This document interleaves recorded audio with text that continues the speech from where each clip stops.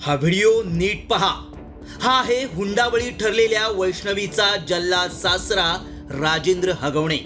एकीकडे वैष्णवीच्या मृत्यूनं महाराष्ट्र हादरून गेलाय, तर दुसरीकडे वैष्णवीच्या मृत्यूला कारणीभूत ठरलेला राजेंद्र हगवणे जणू काही घडलंच नाही अशा आविर्भावात मटणावर ताव मारतोय।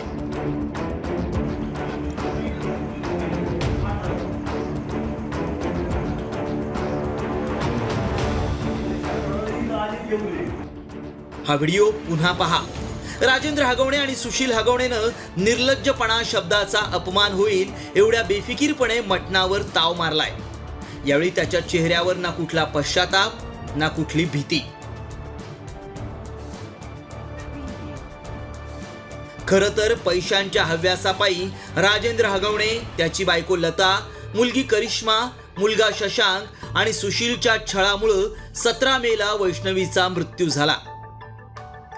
त्यानंतर राजेंद्र आणि सुशीलनं पोलिसांना चकमा देत धूम ठोकली। वडगाव मावळ मधील ये तांबडा पांढरा रस्सा या हॉटेलमध्ये इथे त्यांनी जेवण केलेलं आहे आणि त्याचा सर्व सीसीटीव्ही जो आहे तो आता साम टीव्हीच्या हातात लागलेला आहे। यथेच्छ जे आहे ते मटणावर असेल, बिर्याणीवर असेल, ताव मारताना आपल्याला दिसलेलं आहे। हाडं त्याने कडाकट जे आहे ते तोडलेले आपल्याला दिसत आहे।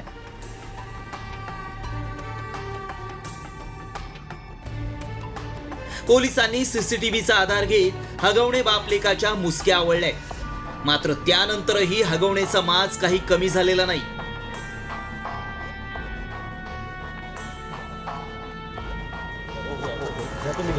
राजेंद्र काय बोलायचं का तुला? राजेंद्र तुझी का बाजू खुनाचा आरोप आहे तुझ्यावर, हगवणे तुला काय बोलायचं का? हगवणे तुला पश्चाताप होते का? हगवणे तुला पश्चाताप होते का? या राजेंद्र हगवणेचा उद्दामपणा पहा। अटकेनंतर राजेंद्र हगवणेला पोलीस घेऊन जात असताना वैष्णवीच्या छळाबद्दल पश्चाताप होतोय का या पत्रकारांच्या प्रश्नावर हगवणेनं नाही असं उत्तर दिलंय। हगवणेच्या उद्दामपणावरून वैष्णवीच्या वडिलांनी संताप व्यक्त केलाय। त्यांचे कॅटेगरी काय आहे हे जनतेसमोर आलेलंच आहे की सुनेला जर जीव मारून टाकून जर हे मटणाच्या हॉटेलमध्ये मटणावरती ताव मारतात, याचा अर्थ मी काय समजायचा?